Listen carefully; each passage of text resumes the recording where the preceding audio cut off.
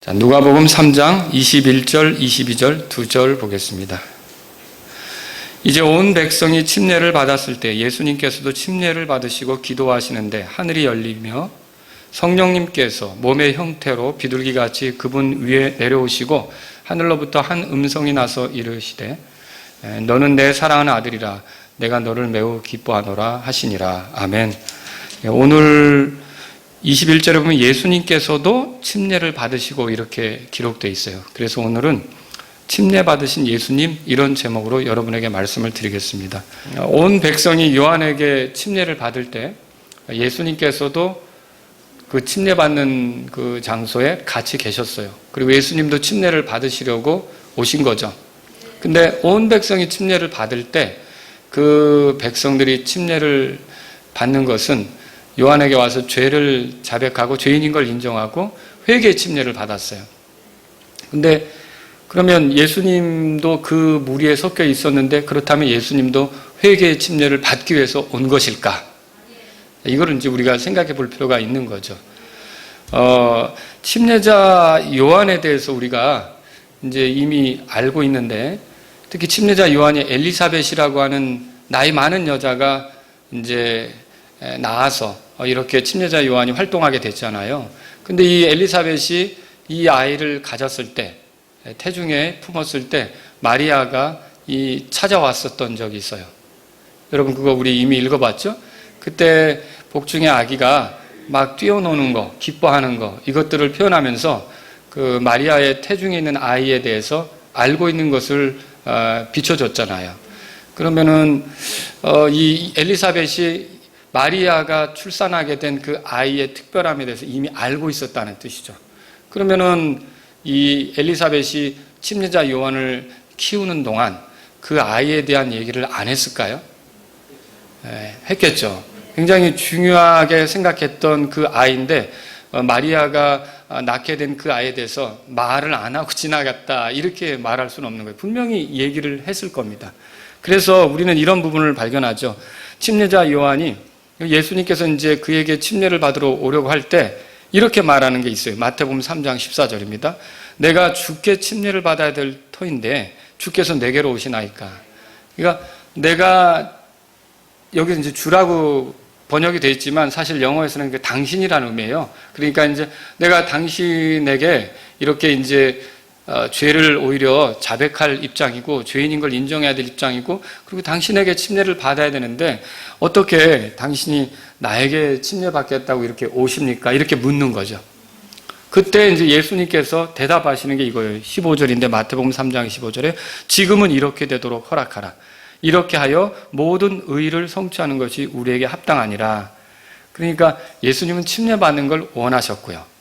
그리고 침례는 의를 성취하기 위해서 필요한 것이었다.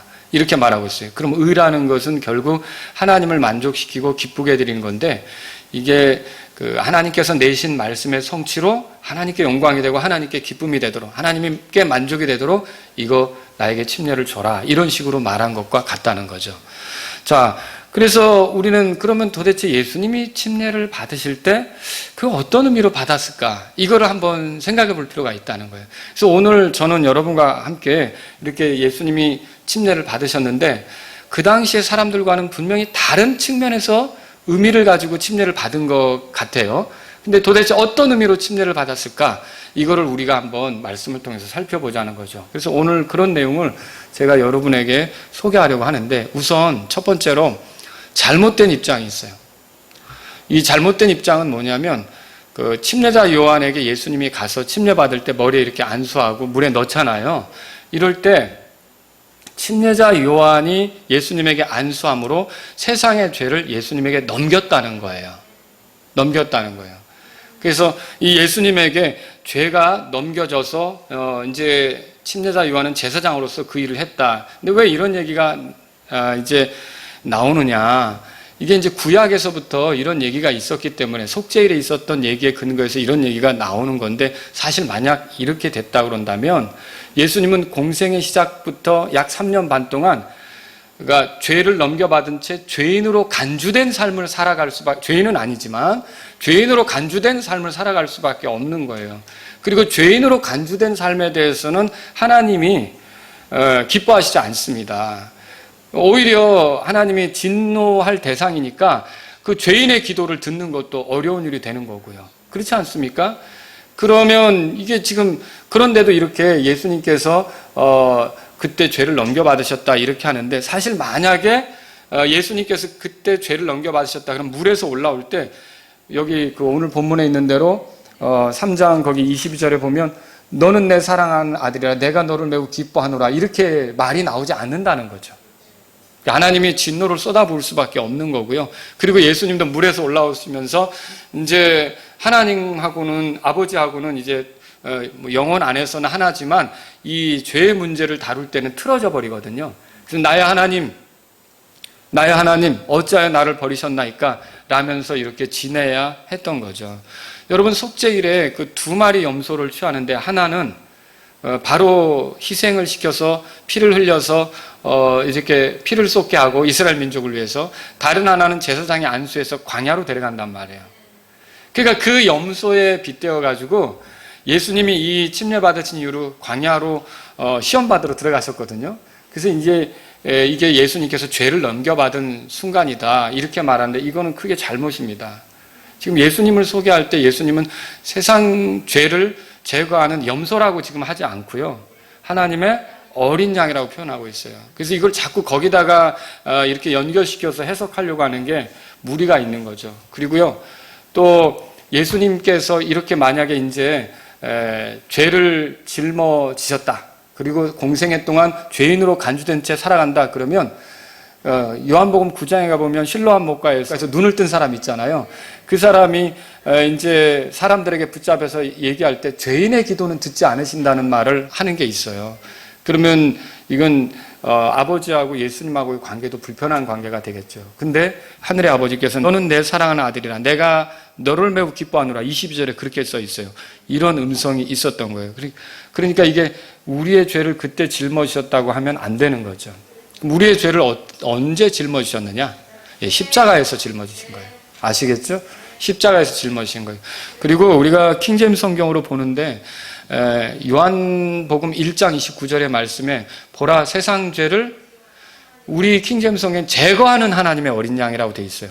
근데 이게 자꾸 세상 죄를 지고 가는 하나님의 어린 양, 그러니까 그때부터 죄를 이렇게 이제 진 걸로 이렇게 생각하는데, 사실은 세상의 죄를 누가 제거하는 어린 양이냐를 소개하려고 그 순간이 있었던 거지, 그때 죄를 넘기는 의식을 한 건 아니라는 거죠. 그러니까 죄를 넘겨받아서 죄인으로 간주되면서도 하나님의 일을 할 수 있다는 게 좀 이해하기가 어려운 부분이죠. 그런 것들이 이제 이런 것들을 우리가 생각해 볼 필요가 있어요. 예수님께서 십자가에서 우리의 죄를 지신 거예요. 언제 지셨냐라고 한다면 아시겠죠? 그러면 이때 우리가 생각해 볼 게 있어요. 예수님께서 십자가에서 이렇게 죄를 짊어질 때 하늘이 어두워지고 완전히 하나님부터 외면당하시잖아요. 그죠? 이런 때 예수님께서 우리의 죄를 짊어지셨다 그렇게 말하는 게 맞다는 거죠. 이사야서 읽어보세요. 이사야서 보면 53장에 우리의 죄 때문에 많은 그 고난을 당하는 거, 그 다음에 백성의 죄를 그분에게 넘기는 거, 이런 게 어느 때를 두고 얘기하는 건지, 침례자 요한이 침례를 줄 때, 예수님이 침례 받을 때 그때를 얘기하는 건지, 십자가상에서의 얘기인지, 그건 다 십자가상에서 얘기란 말이죠. 그래서 예수님이 우리의 죄를 짊어지신 것은 십자가상이기 때문에 너무 죄사함의 복음에 맞추려다가 그렇게 갖다가 끼워 맞추면 안 된다는 거예요. 그렇게 맞추면. 그러면 예수님이 받으신 침례의 의미는 뭘까요? 이제 이거를 생각해 보는데 어떤 의미로 이렇게 예수님께서 침례를 받으신 걸까? 예수님이 회개 침례를 받으신 건 아니라는 건 아시겠죠? 죄가 있어야 죄인인 걸 인정하고 죄를 자백하고 그렇게 이제 회개 침례를 받겠죠. 그죠? 근데 예수님에게는 죄가 있어요, 없어요? 예수님에게는 죄가 없죠. 성경에 몇 구절 보여드릴게요. 요한일서 3장 5절인데요.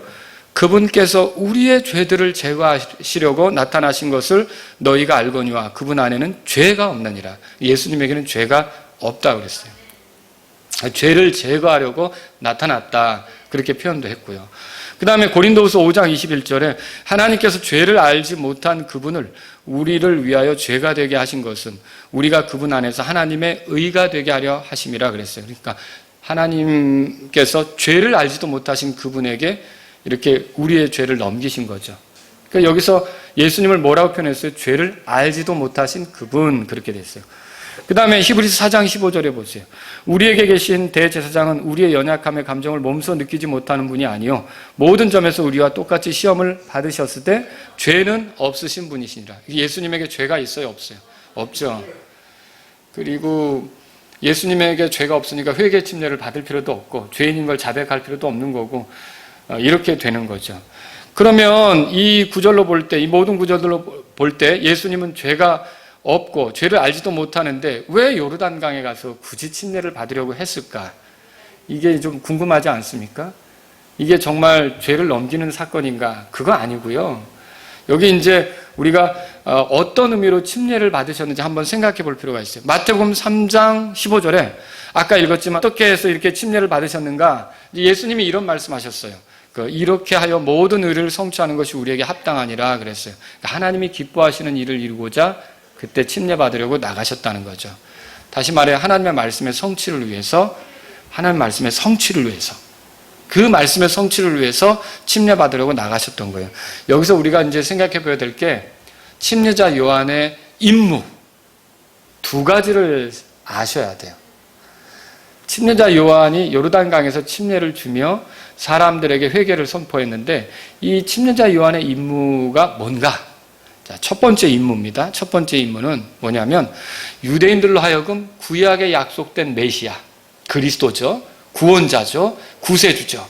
이 메시아를 받아들이도록 그 유대인들의 마음을 준비시키는 일을 했던 거예요. 그러니까 예수님이 치료자라면, 의사라면, 예수님이 치료자고 의사라면 유대인들은 환자라는 걸 정확하게 알게 할 필요가 있었던 거예요. 그들이 이 의사가 필요한 환자라는 걸 정확하게 알게 할 필요가 있었던 거죠.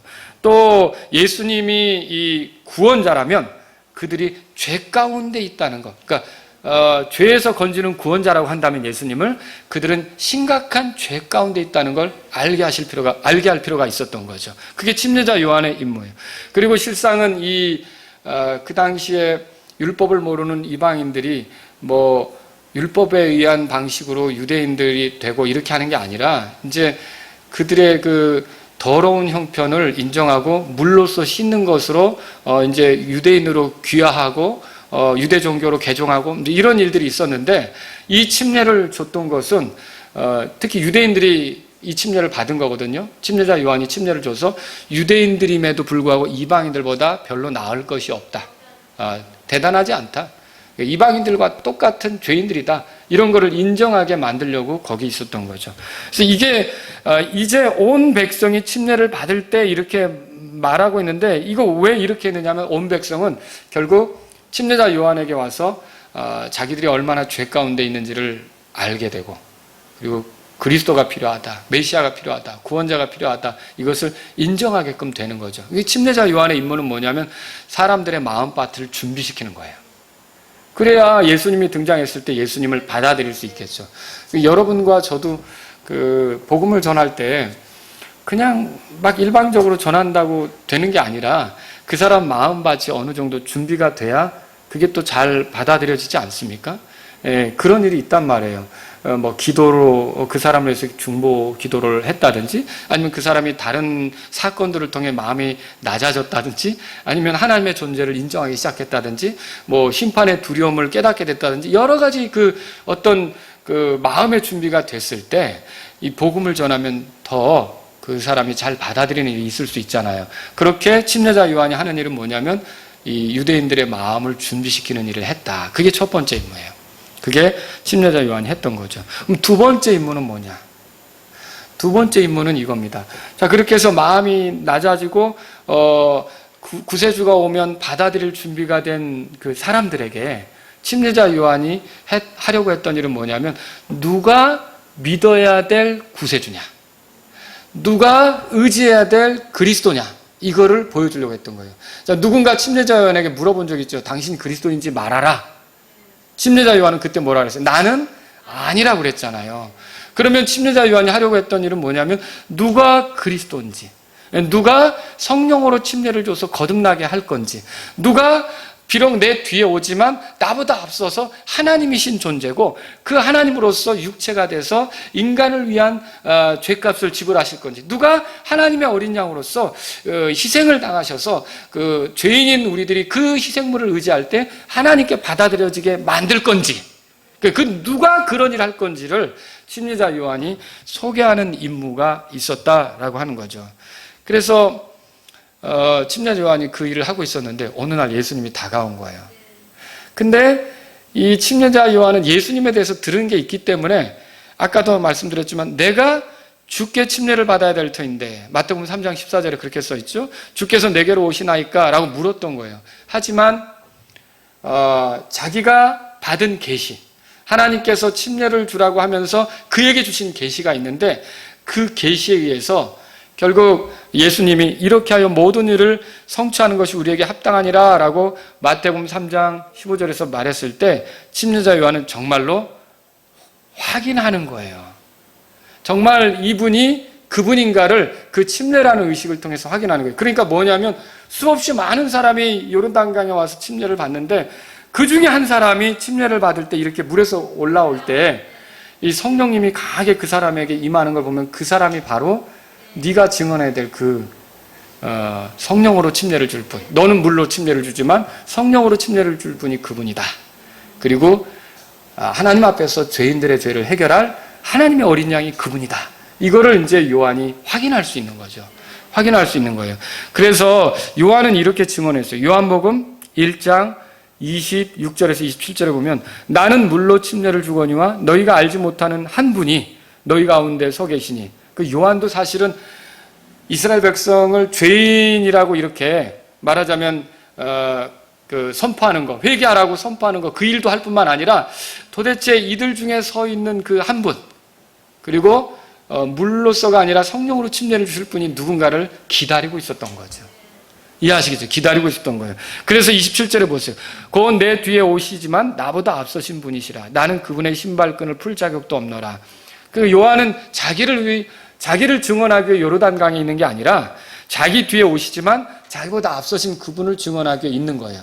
그 자기 뒤에 오지만, 그 말은 무슨 말이에요? 출생이 자기보다 늦지만 자기보다 앞서셨다는 건 뭐예요? 그분은 먼저 계셨던, 선제라고 그러죠. 영원부터 계신 그런 분이신데 다만 내 뒤에 태어나신 것이다. 이렇게 생각되는 그분을 전하는 거죠.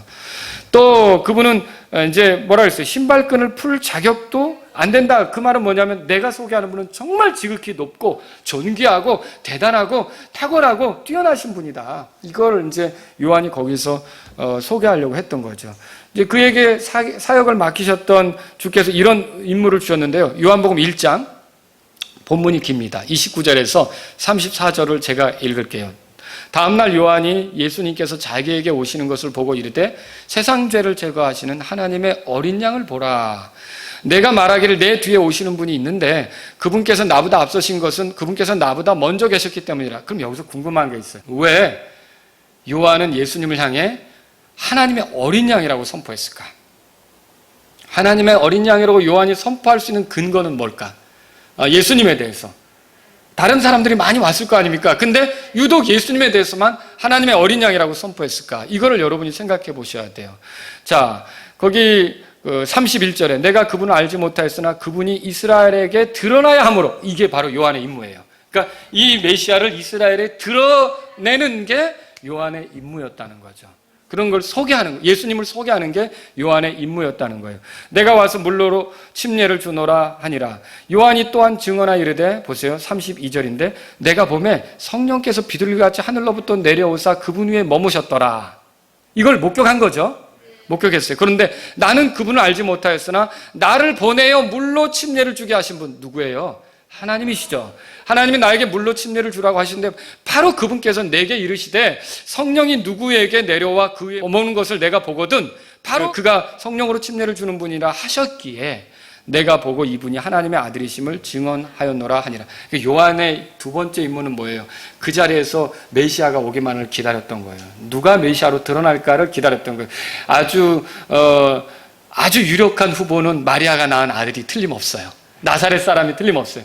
그래도 그냥은 자기가 그 엄마한테 들은 그 체험 있잖아요. 그 체험에 의존하는 게 아니라 하나님의 말씀의 성취를 봐야 될 거 아니에요. 그러니까 하나님께서 자기에게 침례를 주라고 하시면서 네가 침례를 주는 사람 가운데 하나가 물에서 올라올 때 성령님께서 임하실 텐데, 비둘기같이 그렇게 성령님께서 임하시는 것을 보면 바로 그 사람이다. 그 사람을 이스라엘에 소개해라.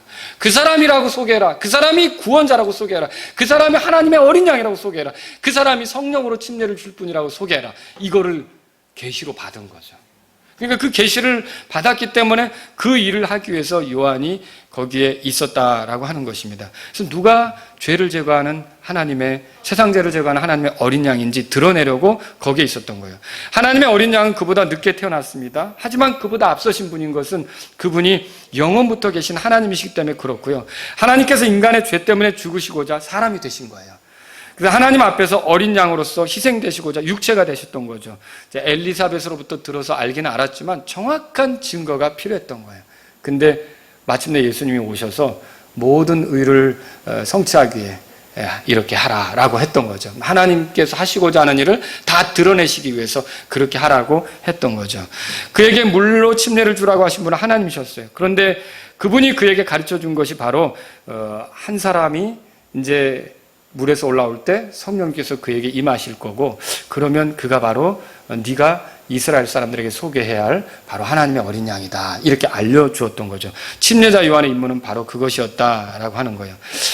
여러분, 오늘 본문에 보세요. 그래서 어떤 일이 벌어졌는가. 누가복음 그 3장 21절 중간부터 보면 예수님께서도 침례를 받으시고 기도하시는데 하늘이 열리며 성령님께서 몸의 형태로 비둘기같이 그분 위에 내려오시고 하늘로부터 한 음성이 나서 이르시되 너는 내 사랑하는 아들이라 내가 너를 매우 기뻐하노라, 그렇게 기록이 되어 있어요.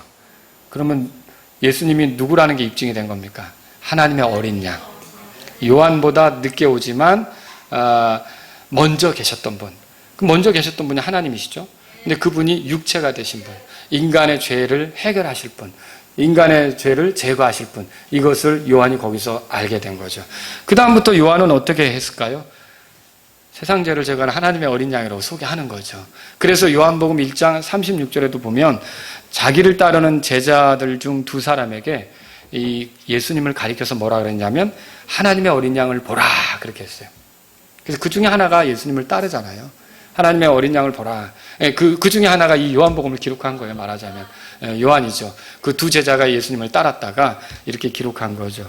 오늘 우리가 그리스도인이라면 여기서 배워야 될 게 있어요. 뭘 생각해 봐야 되느냐면, 세상 사람들에게 요한처럼 살아야 되는 건데, 세상 사람들에게 죄 가운데 있다는 걸 보여줄 필요가 있어요. 그래야 그 사람들이 그리스도께로 오기가 쉽잖아요. 죄인 아닌 사람이 있나요? 없잖아요. 근데도 그거 망각하고 살잖아요. 자기가 심판받을 죄인인데 그 심판받을 죄인인 것을 망각하고 그냥 부지런히 이 땅에서 잘 먹고 잘 살기 위해 애를 쓰고 있잖아요. 사람들이 그렇게 살아가고 있다고요. 근데 이런 사람들이 정말 구원받게 하려면 우리가 해야 될 일은 뭘까요? 그 사람들이 죄 가운데 있다는 것을 깨닫게 해줘야 돼요. 그래서 저와 여러분들이 해야 될 일, 이 요한을 통해서 보면서 이렇게 우리가 해야 될 일이라고 깨닫는 건 뭐냐면 바로 세상 사람들이 죄 가운데 있다는 걸 깨닫게 하는 게 필요하다는 거죠. 근데 문제는 내가 죄를 두려워하지 않으면서 죄 가운데 살면서 누군가 그게 심각한 죄라는 걸 일깨울 수 있겠습니까? 그 사람이 나를 볼 때 그와 다른 어떤 거룩한 삶을 보면서 그 사람이 결국은 스스로 그렇게 사는 것에 대해 부끄러움을 느끼게 해야 되지 않겠습니까? 그렇다면 우리는 어떻게 살아야겠습니까? 오늘 아침에 들은 대로요, 거룩하게 구별된 삶을 살아갈 필요가 있다는 거죠. 그것만이 결국은 사람들이 죄인인 걸 깨닫게 하는 거예요. 근데 만일 우리가 똑같이 뭐 뇌물에 놀아나고 똑같이 우리가 어떤 폭력을 행사하고 똑같이 세상 사람들의 악을 쫓아가면서 그렇게 산다면 도대체 그 사람들이 우리를 보면서 어떻게 죄 가운데 있다는 걸 깨닫겠어요? 어렵겠죠. 그래서 저와 여러분들은 세상 사람들이 죄 가운데 있다는 걸 일깨우려면 우리가 더 거룩하게 살아야 된다는 걸 알아야 돼요. 그게 세상을 구원하기 위해서 하나님이 우리를 사용하시는 방식이에요. 그러니까 우리를 도구 삼으시고 우리를 통해서 뭔가를 하려고 할 때, 누군가를 건질 때, 지금도 여러분 분명히 하나님께서 누구를 구원받게 하는데 다이렉트로 여러분 하십니까? 하나님 충분히 그러실 수 있죠. 내가 구원받은 거를요, 저는요 하나님이 나를 구원하셨다고 간증합니다. 여러분도 그렇죠? 근데 하나님께서 저를 개별적으로 이렇게 아무도 관여 안 하고 하나님이 직접 한 게 아니라 제 친구도 구원 간증을 한 친구도 있었고요. 그 다음에 그 복음을 전해주던 목사님도 있었던 거예요. 이런 모든 분들을 쓰셔서 하나님의 일들이 나타나게 하시는 거죠. 결국 이렇다면 우리는 이 시절의 사람들에게 죄 가운데 있다는 걸 깨닫게 하기 위해서 어떻게 해야 될까요? 우리가 더 거룩히 구별된 삶, 성화의 삶, 이런 것들을 살아야 된다는 것을 믿으시기 바랍니다. 그러면 이제 두 번째는 뭘 해야 될까요? 두 번째는 다른 게 아닙니다. 이 두 번째는 그 사람들에게 침례자 요한처럼, 침례자 요한이 요르단강에서 했던 임무가 뭐였어요? 첫째는 이스라엘 백성이 죄인인 걸 알게 해서 메시아가 오면 맞이할 준비를 시키는 거 아닙니까? 두 번째는 뭐였어요? 거기서 바로 이분이 하나님의 어린 양이다라고 소개하는 거 아니었습니까? 이분이 내 뒤에 오시지만 이분이 성령님으로 침례를 주실 분이다라고 소개하는 거 아니었습니까? 그렇다면 우리도 동일하게 그렇게 죄 가운데 있어서 자기가 죄인인 걸 깨달은 사람들에게 우리의 두 번째 임무는 뭐냐? 예수님을 소개하는 거라는 거죠. 예수님을 알려주는 거라는 거죠. 그분이 원래 하나님이시지만 목적을 가지고 이 땅에 사람으로 오신 분이시고, 특히 죄에서 우리를 건지시려고 세상 죄를 제거하시려는 목적으로 하나님의 어린 양이 되시고자 오셨다. 하나님의 어린 양이라는 표현이 뭘 얘기합니까? 여러분, 이 어린 양은 우리가 구약에서 그 가인과 아벨이 하나님께 희생을 드리러 갈 때 아벨이 뭘로 희생 드렸는지 아시죠? 예. 이 양으로 그렇게 했잖아요. 그렇죠? 이런 또 여러분, 아브라함이 이삭 대신 이렇게 번제 헌물로 모리아산에 드릴 때 뭘로 또 바쳤어요? 순양으로 그렇게 했죠? 자, 이게 하나님 앞에 드리는 희생제물을 나타내는 거예요. 이 희생제물을 드리는 그런 죄인은 하나님께서 그 희생제물을 받으시면서 그 희생제물을 의지하여 나온 그 죄인도 하나님께서 용서하시고 품으시는 거 아닙니까? 그러면 우리가 하나님의 어린 양이신 예수님을 의지해서 나올 때 이 하나님의 어린 양이신 예수님을 하나님께서 희생물로서 받으신다면 하나님은 우리도 그 어린 양을 의지할 때 어떻게 하실까요? 우리도 받으시겠죠. 예, 받으시겠죠. 이렇게 해서 누가 이 땅에서 죄를 해결하는 분인지를 명확히 세상에 소개해 줄 필요가 있다는 거죠. 그래서 저와 여러분들이 발견할 수 있는 임무는 두 가지예요. 누가 우리의 구원자냐, 이거를 여러분이 소개해야 되고, 그런 걸 소개하기 전에 먼저 구원자를 받아들이도록 사람들이 죄인인 것을 인식하게 우리가 더 거룩하게 살아야 되고, 아시겠죠? 자, 오늘 이 침례 받으실 때 예수님에게 있어서 특이한 점 두 가지를 소개하고 이제 말씀을 정리하려고 하는데, 첫째는 뭐냐면 여기에 삼위 하나님이 다 등장한다는 거예요. 그러니까 어떤 분은 구약은 아버지의 시대고 예수님의 공생애는 아들의 시대고 지금은 성령 시대라고 하는데, 여러분 그렇지 않습니다. 예수님이 사역할 때도 아버지, 아들, 성령이 함께 하셨던 걸 믿으십니까? 이게 삼위 하나님은 영원히 함께 하시는 거예요. 영원히 함께 하시는 거예요. 우리가 그렇게 구분할 필요가 없다는 것이죠. 자, 여기 이 본문에 보면요, 침례를 받으시는 분 누구예요? 아들이신 예수 그리스도예요. 그럼 침례를 받을 때 그 음성이 들렸죠. 이는 내 사랑하는 아들이요, 너는 내 사랑하는 아들이요, 내 기뻐하는 자라. 이 음성은 누가 내신 음성이에요? 하늘 아버지께서 내신 음성이죠. 위로부터 나온 음성이죠. 그리고 여기에 비둘기 같이 임하신 분은 또 누구예요? 성령님이시죠. 그러면 삼위 하나님이 다 있으셨던 거죠. 이거 우리의 구원 사역을 위해서 삼위 하나님께서 함께 일하시는 것을 보여주는 거죠. 이제 여러분이 이런 삼위 하나님에 대해서 균형 잡힌 이해를 가지고 볼 필요가 있어요. 근데 어떤 분은 지금은 또 뭐 성령 시대다, 아니면 여호와 증인 같은 경우는 아버지만 있는 것처럼 말하고 이렇게 얘기하는데, 여러분이 항상 아버지와 아들과 성령은 처음부터 함께 일해 오신 분이시고 지금도 함께 일하시고 계시고요. 그죠? 네, 그렇게 믿으시란 말이죠. 두 번째로 우리가 여기서 생각해 볼 게 뭐냐면요, 예수님께서 침례받으실 때 기도하셨다는 표현이 독특해요. 이게 독특해요. 다른 복음서에는 이게 잘 나오지 않는데요. 누가는 이거를 섬세하게 기록했어요. 여러분, 예수님이 침례받으시는 거는 공생의 시작이잖아요. 공생의 시작인데 이런 공생의 시작의 순간 침례로 시작하시는데 예수님이 뭐 하셨다는 거예요? 기도하셨다는 거예요. 21절에 보세요. 이제 온 백성이 침례를 받을 때 예수님께서도 침례를 받으시고 기도하시는데 하늘이 열리며 그렇게 돼 있어요. 이게 그분의 사역이 뭐로 시작됐다는 거예요? 기도로 시작됐다는 거죠. 그분은 하나님이시지만 사람이 되셨을 때는 사람으로서 하나님을 신뢰하는 모습을 완벽하게 보여주셨던 거예요.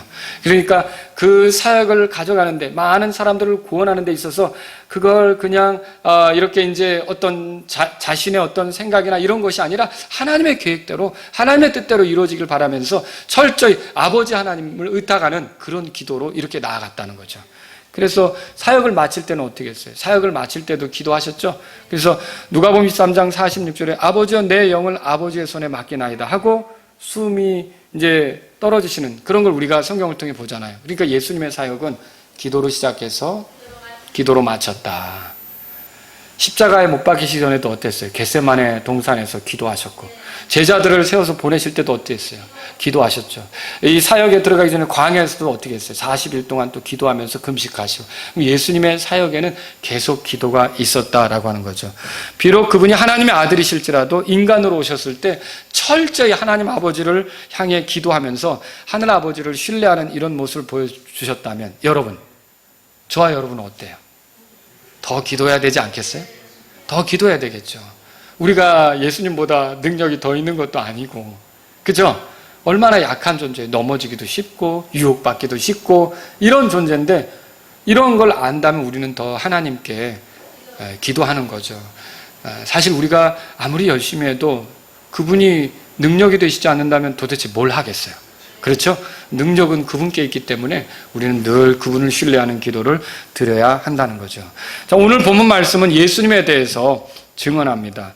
그분이 오기로 된 바로 그 구원자임을 증언합니다. 성령님께서 침례를 주실 분이시고 하나님의 아들이시고 하나님의 어린 양으로서 세상 죄를 제거하실 분임을 증언합니다. 하나님께서 기뻐하는 일을 이루기 위해 보냄받으신 분임을 소개합니다. 침례자 요한은 사람들을 준비시키면서, 그리고 그들이 믿어야 될 분이 누군지를 이 침례를 통해서, 예수님을 침례 주는 것을 통해서 이제 확신하게 되었고 알리게 된 것이라는 거죠. 여러분, 오늘 우리가 이 말씀을 통해서 몇 가지 그리스도인으로 살아가면서 어떻게 살아가야 할지를 한번 돌아볼 필요가 있어요. 저와 여러분들이 왜 죽지 않았을까요? 뭔가 할 일이 있어서 남아있는 거 아닙니까? 구원받은 다음에 바로 데려가지 않고 할 일이 있어서 남아있는 거예요. 그럼 무슨 일을 해야 되느냐는 거죠. 첫 번째 할 일은 세상 사람들이 죄인인 것을 깨닫게 하는 일을 해야 된다는 거예요. 자, 그것은 어떻게 가능하다 그랬습니까? 우리가 거룩하게 사는 것으로, 우리가 성화의 삶을 사는 것으로, 우리가 예수님을 의지해서 이렇게 거룩히 구별된 삶을 사는 것으로 그렇게 나타날 수 있는 거죠. 여러분, 세상 사람들이 우리의 삶에 대해서 눈여겨보고 있다는 거 아십니까? 누군가는 우리를 보면서 나도 저 사람처럼 살고 싶은데 이렇게 돼야 되지 않겠습니까? 실제로 제 주변에 어떤 분이 처음 교회에 가게 된 배경이 그 옆집 아줌마의 사는 모습이 독특해서인 경우도 있어요. 어떻게 자녀를 키우는 모습이 그럴까? 나는 늘상 애들한테 소리내고 막 들들 볶고 이러는데 어떻게 저렇게 키울까? 그 사는 모습이 다를 때 사람들은 거기에 매료되거나 끌려올 수 있지 않습니까? 그리고 그렇게 사는 이유에 대해서 물어볼 수 있지 않습니까? 우리는요, 세상 사람들이 죄인인 것을 깨닫도록 더 거룩하게 살아야 된다는 거죠. 우리가 죄인인 것을 깨닫게 하는 게 그들을 비참하게 만들기 위해서입니까? 그건 아니죠. 그들이 그 상태에 있지 않고 구원받아 하나님께 영광을 돌려드리도록 하기 위해서라면 먼저는 죄인인 걸 깨달아야 되니까. 그래서 그들을 죄인인 걸 깨닫도록 하기 위해서 우리가 거룩한 삶을 살아야 된다. 여러분, 거룩한 삶을 위해서는 어떻게 해야 됩니까? 오늘 오전에 들었던 말씀을 다시 한번 되새겨보시면 좋겠습니다. 아시겠죠? 아버지의 말씀으로 우리가 순종하면서 나아가는 거죠. 또 여러분, 두 번째는 뭡니까? 우리의 임무는 왜 우리가 여기 남아있는 거예요? 예수님 믿고 바로 하늘나라에 갈 수 있는데, 침례자 요한처럼요, 바로 세상 사람들에게 누가 하나님의 어린 양인지, 누가 하나님께서 보내신 구원자인지, 누가 성령으로 침례를 주실 분인지를 세상 사람들에게 증언하면서 살아야 된다는 거죠. 그러니까 예수님을 증언하면서 사는 것이 우리의 삶이어야 된다는 거죠. 침례자 요한처럼 세상 죄를 제거하시는 하나님의 어린 양이 예수님이라고 전하면서 그렇게 사는 게 우리의 삶이어야 한다는 거죠.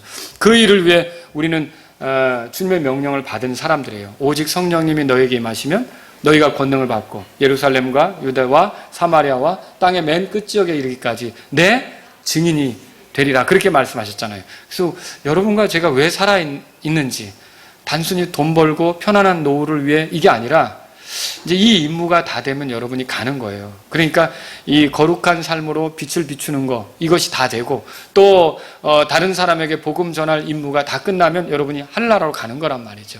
근데 그때 가기 전까지 우리가 할 일은 뭐냐? 부지런히 예수님을 전하는 것이라는 거예요. 예수님을 소개하는 것이라는 거죠. 세 번째는 뭡니까? 그런 일들을 할 때 계속해서 하나님을 의지하는 거예요. 그러니까 기도하면서 살아가는 거죠. 예수님도 이 임무를 위해서 공생애를 시작하는데 뭐 하신 거예요? 기도하셨죠. 침례 받을 때 기도하셨죠.